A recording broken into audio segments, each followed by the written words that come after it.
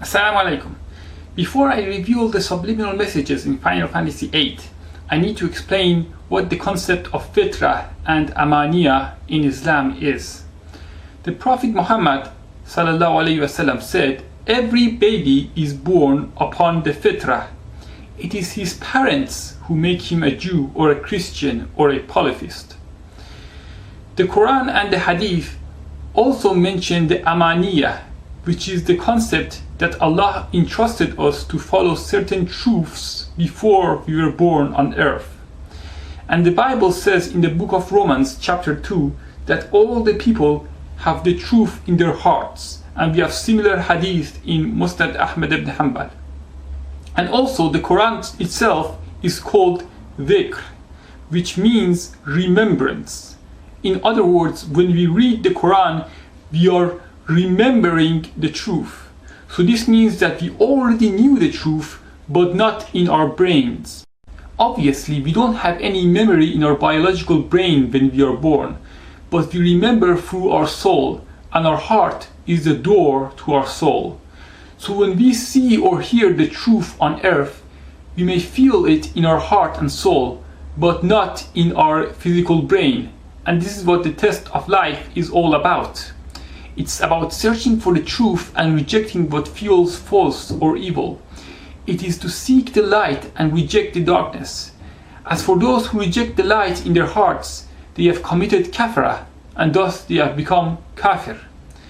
This is different from following your nafs, as the nafs is our biological body and gives us our animalistic desires. Now we come to the meaning of misguidance. A misguided person is someone who has not yet fully rejected the light of truth in his heart, but he has become spiritually confused. This confusion or misguidance often eventually leads to total kufr or rejection of truth. Satan and his followers use many different tactics to first misguide people and then bring them towards kufr. This is done by showing people something that's similar to the light that is in their hearts, but is actually mixed with evil and eventually leads to total darkness. Satan does this using false religions, false sects, false philosophies, movies, video games, songs, poetries, novels, cartoons, and the list goes on. For example, this is something that happened to me and has happened to many children all over the world. When I was about 4 or 5 years old, I remember that I liked it when I saw that men had beards.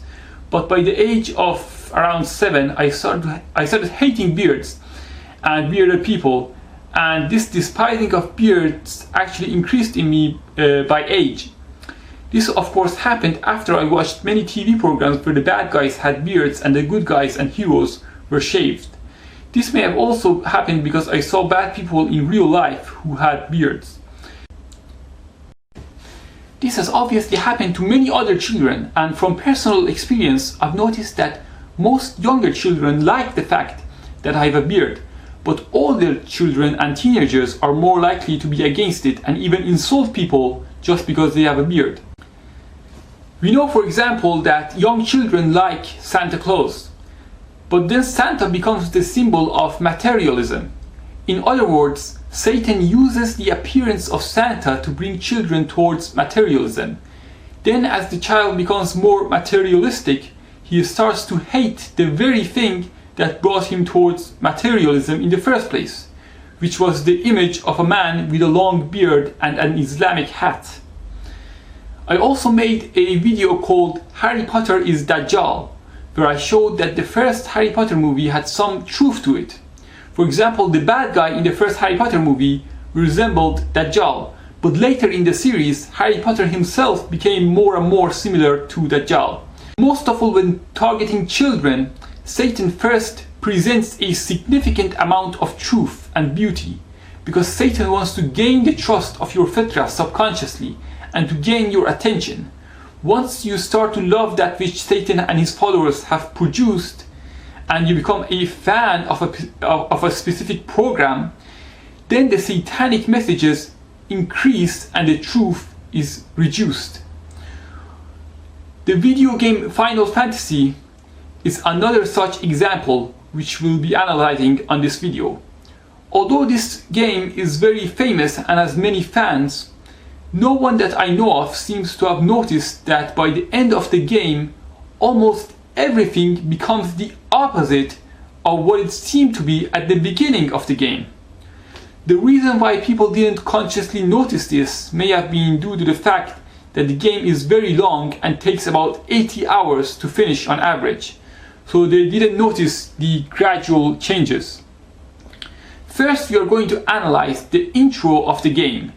You will see that there is a lot of truth and pro-Islam messages in the first FMV or movie sequence of the game. However, let me tell you right now that everything that I'm about to explain will be reversed by the end of the game. You, the player, control Squall, and you can even change his name. So he's supposed to be you. He's the one that you play as. And he is fighting against Cypher. Cypher looks a lot like the Knights Templar, who were, of course, the Crusaders who attacked the Muslims or Muslims. So you are fighting against a Crusader. What is Cypher implying when he moves his hand like this? He's telling you to bring it on.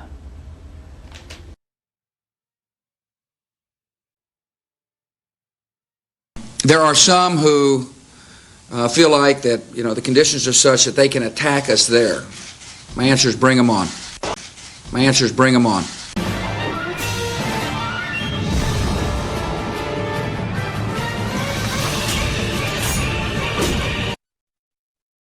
This crusade is going to take a while.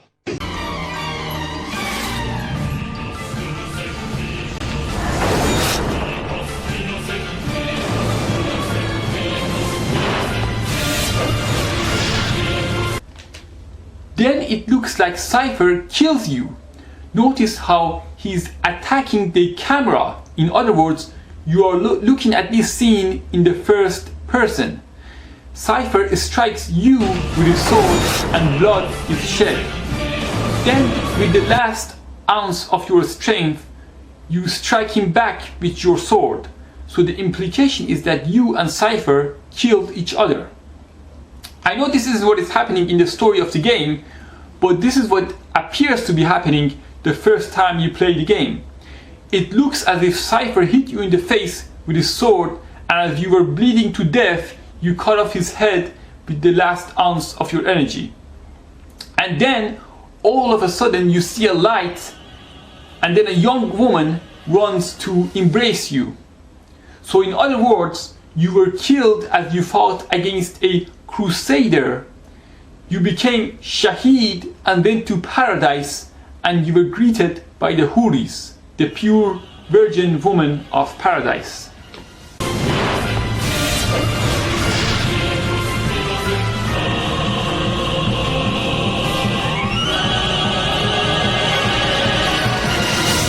Notice that the music also implies that this is what happened. The music gives you the sense that you have reached your final destination. So this should be the end, right? But no, this is only the beginning of the game. And this is where the deception lies. You now find yourself inside Balaam Garden. So you are now in the garden. In other words, you are in paradise, the Garden of Eden. That's why it's called the garden. And the garden is a beautiful place with beautiful plants and water flowing. So clearly they're trying to make it look like paradise as described in the Quran.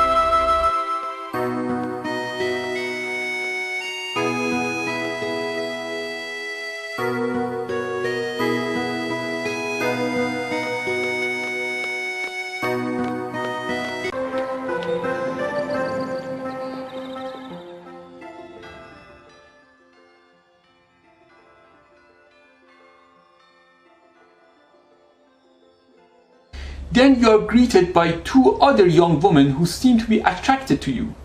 So you are greeted by more Houris, and the characters in this game look perfect. They have no spots or any small imperfections on their faces. So they are spotless virgins who are approaching you one by one. But this is where the deception begins. you are so far approached by 3 young, spotless virgins. But later in the game, it turns out that the first woman that approached you is Cypher's girlfriend. So she probably isn't a virgin or a pure, perfect woman. The second woman is actually your sister. And the third one is your teacher. And the game slowly reveals that you're actually not in paradise.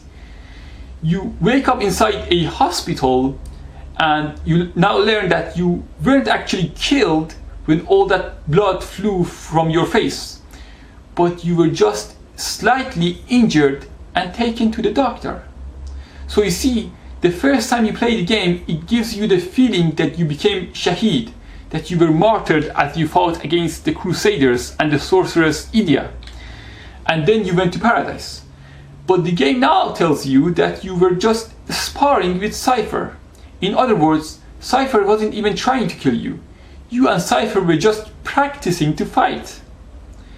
I played this game first when I was 14 years old, and I remember that even then I was very surprised to find out that Cypher and Squall were simply sparring. You see, because if you watch the intro scene, you can see that Squall and Cypher are clearly trying to kill each other. For example, why is there a war music playing in the background? The music gives you the implication that this is a serious battle, not just 2 guys practicing their sword skills.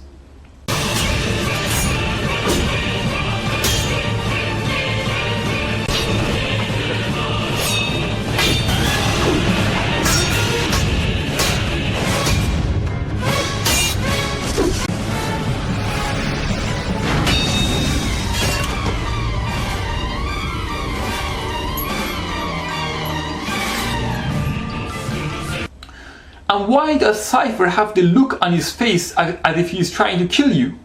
And why does Squall seem to strike Cypher's neck?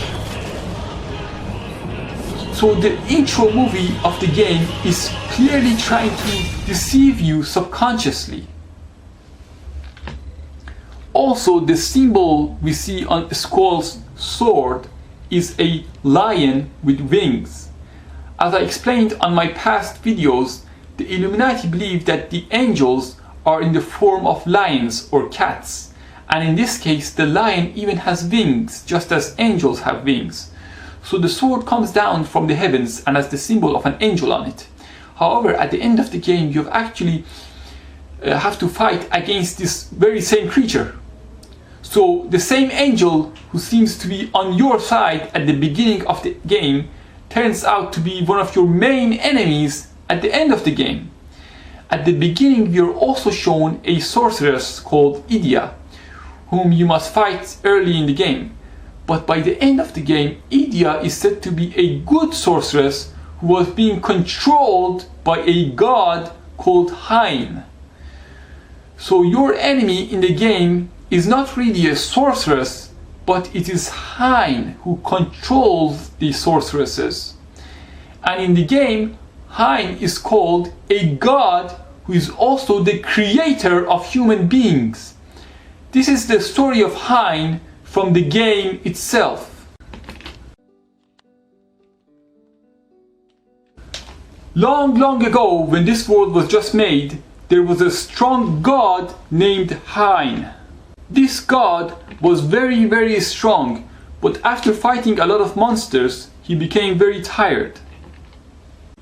So he made people like you and me to do all the work, and the god went to sleep.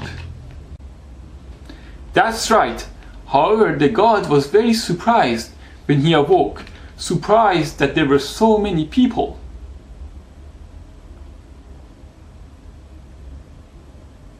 Hein decided to reduce the number of people by taking away the children.